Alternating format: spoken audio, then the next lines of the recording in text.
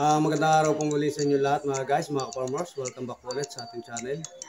Sa video ito, kung mapansin po ninyo, nandito po tayo sa loob po ng ating bahay. Ayun nga po, gusto ko pong i-update sa inyo yung pinapagawa po nating kusina.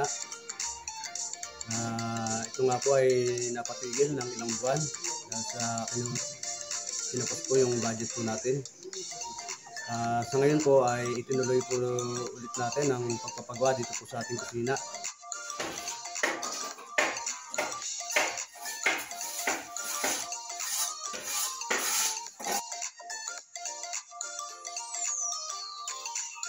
At kinakabitan nga po ni Ingo ng tiles ang ating pong lababo. At ang katulong po niya ay si Baldo, yun po, nag-mimix po ng simento.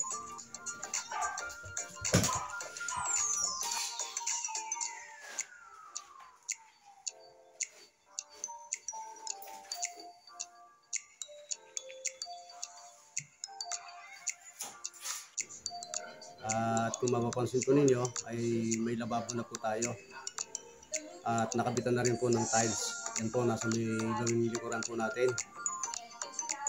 po. Kasabay nga po nito na ginagawa yung ating pong CR na dalawa. Mahirap bang maging isang time seater? Ayos lang ho. Sakto lang sa trabaho. Dito si Ilang mason. Ingo, isang mason po namin na gumagawa po rito. Ating pong pinapagawang kusina. Yan nga po pala mga guys, mga kaparmers, tinutuloy na nga po pala natin yung paggagawa po nito. Ayun nga po, isa po si Ingo sa nagagawa.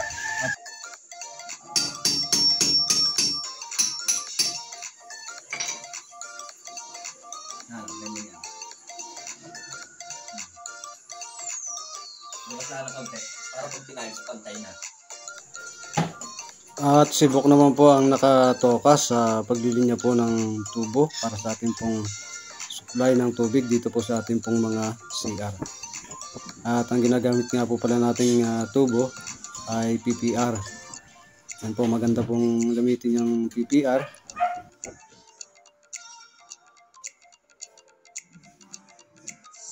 Yan nga pong shower room at saka yun pong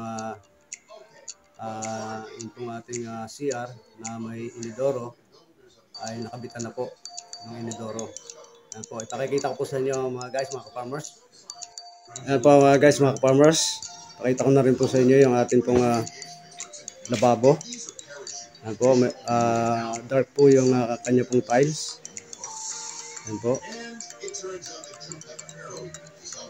At ito po yung ating sink na hugasan ng pinggan. Yan po yung ating kinabit. Yan po yung ating lababo. At yung pong CR ay nandito po. Magaman hindi pa rin po tapos ay okay na rin po, nagagamit na rin po. Yan po yung ating dalawang CR. Yan po.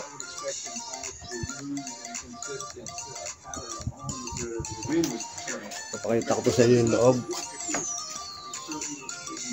Yan po. May tiles na po yung floor. Pakabitan na rin po ng shower. Yan po. At ito naman po yung laboratory. At may bintana rin po yung maliit.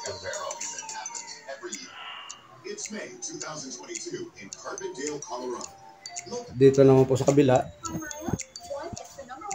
Dito sa atin pong kinabitang ng inidoro. Yun po natin pinakabit ang ating pong inidoro. Sa kabilang CR.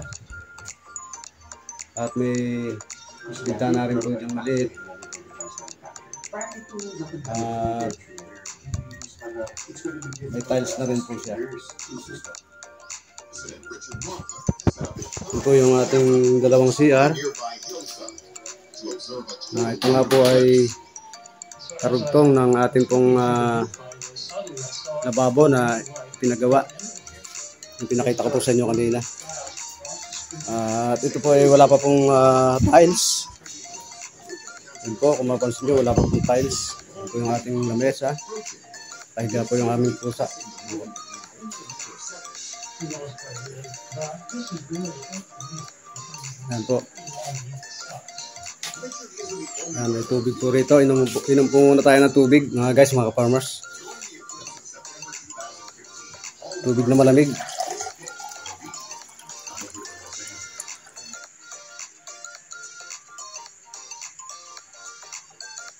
At yun nga po, yung loob po ng aming bahay ay ginagawa rin po.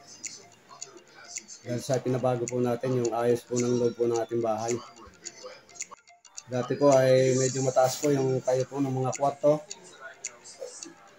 Ngayon po ay pinababaan na lang po natin ng 1 step. Yun po. At yun nga po ay magiging karugtong na po nitong ating kusina na ipinapagawa. Yun po. Yung salas po doon ay karugtong na po. Ang magiging salas po doon ay magiging karugtong na po nitong ating kusina. Yan po. Pakikita ko po sa inyo mga guys yung ginagawa ko sa loob po ng aming bahay. Yan po yung ating parilya na ilalagay po doon sa nahukay ni Miknok. Yan po. Yan po ilalagay yan.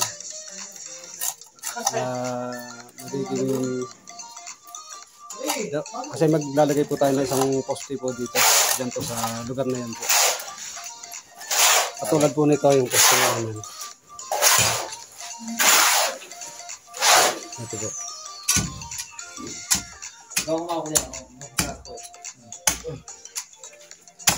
Kailangan ko kain po dahil para medyo malalim ng konti.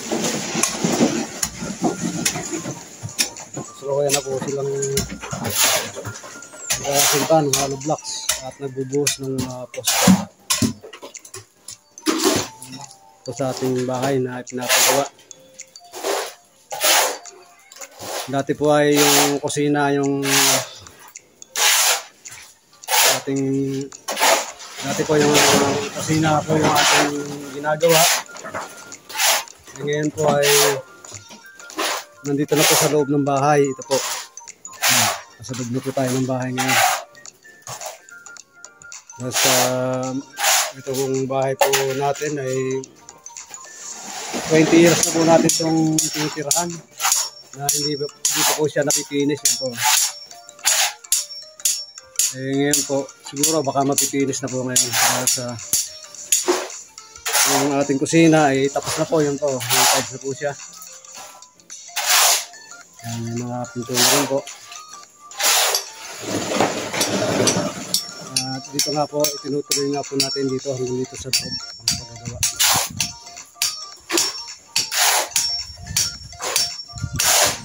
Ito po yung ating mga magagawa. Sila si Ingo, si Baldo, at si Bok. Yan po. At si Miknok. Ayo guys! At ang paraan po namin ng pagbuhos ay ganito po yan. Kailangan ay basang-basa po talaga. Para hindi na natin kailangang i-vibrate. Hindi na palagay po sa poste.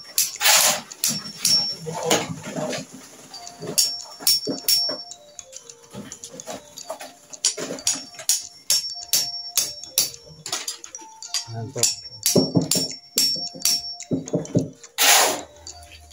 At ito po yung isang poste po natin. Yan, kung mapapansin po ninyo. Ito po ay pa-rectangle ang pagkagawa po ng ating poste. Na may 12 mm sa bawat sulok. At may 10 mm sa bandang gitna. Bandang gilid na gitna. Yan, mapapansin po. Yan po yung ating poste. Yan.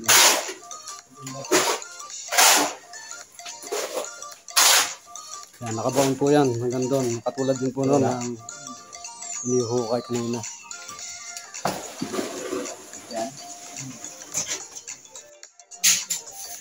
So, merienda po nating magagawa ng bahay.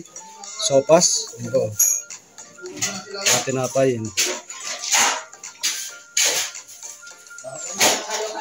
Yan. Shout out po sa ating mga magagawa ng bahay. Yan, nagmimerienda na po sila. Merienda po natin ay sopas tsaka tinapay. Yan, napakainit lang po ng panahon kaya hubad baro si Ingo. Yan. Ating magiting na maggagawa ng bahay. Hindi kaya ang init. Fantastic natin yun. Nilagay na po yung ating singkas ko na nakita ko sa inyo kanina.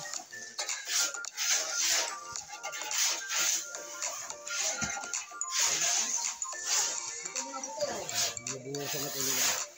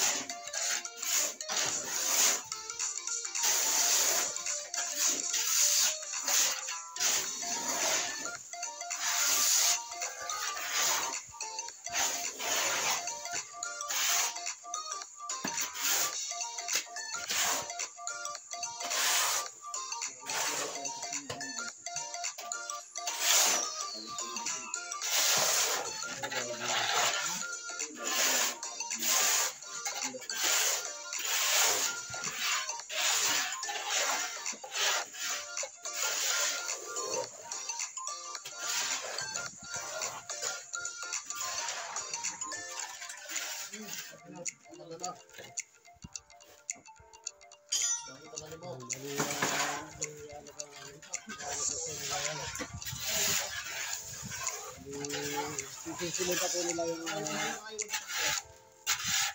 sisilin pa po nila yung gilid po na yun. Dikit na yun. Mas malaki ng tibay po.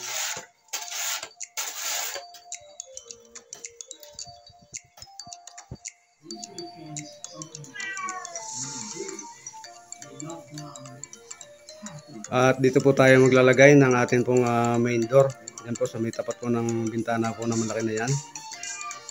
Ayan pong ating bintana po na yan ay lilipat po natin dito po sa ating pong ginagawang kwarto dito po. Ayan, dyan po natin lilipat doon sa may yero po na nakasang.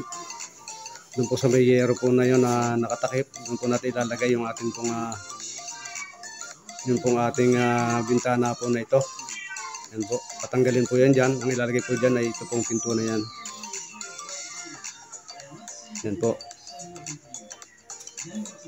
At ito naman pong bintana na maliit na ito ay ilalagay po rito sa katabi po ng ating pong main door. Yan po. At kasalukuyan din po na ginagawa rin po natin ang kuryente. Linya ng or yung pong installation ng kuryente dito po sa loob po ng bahay. Yan po. Nakapagkabit na po tayo ng panel board. Yan po. May 4 na branches po yan. Ang main po natin ay 60 amperes. At yung para po sa ilaw po natin or yung light ay 15 amperes. At para doon naman po sa ating mga outlet ay 20 amperes po. At meron pa po tayong 30 amperes. Yun naman po ay para sa atin pong kusina. Doon po natin i-connect yung ating pong linya sa kusina. At yun po mga additional na mga appliances po natin na matataas po yung watts. Ay dyan po natin i-connect sa ating pong 30 amperes.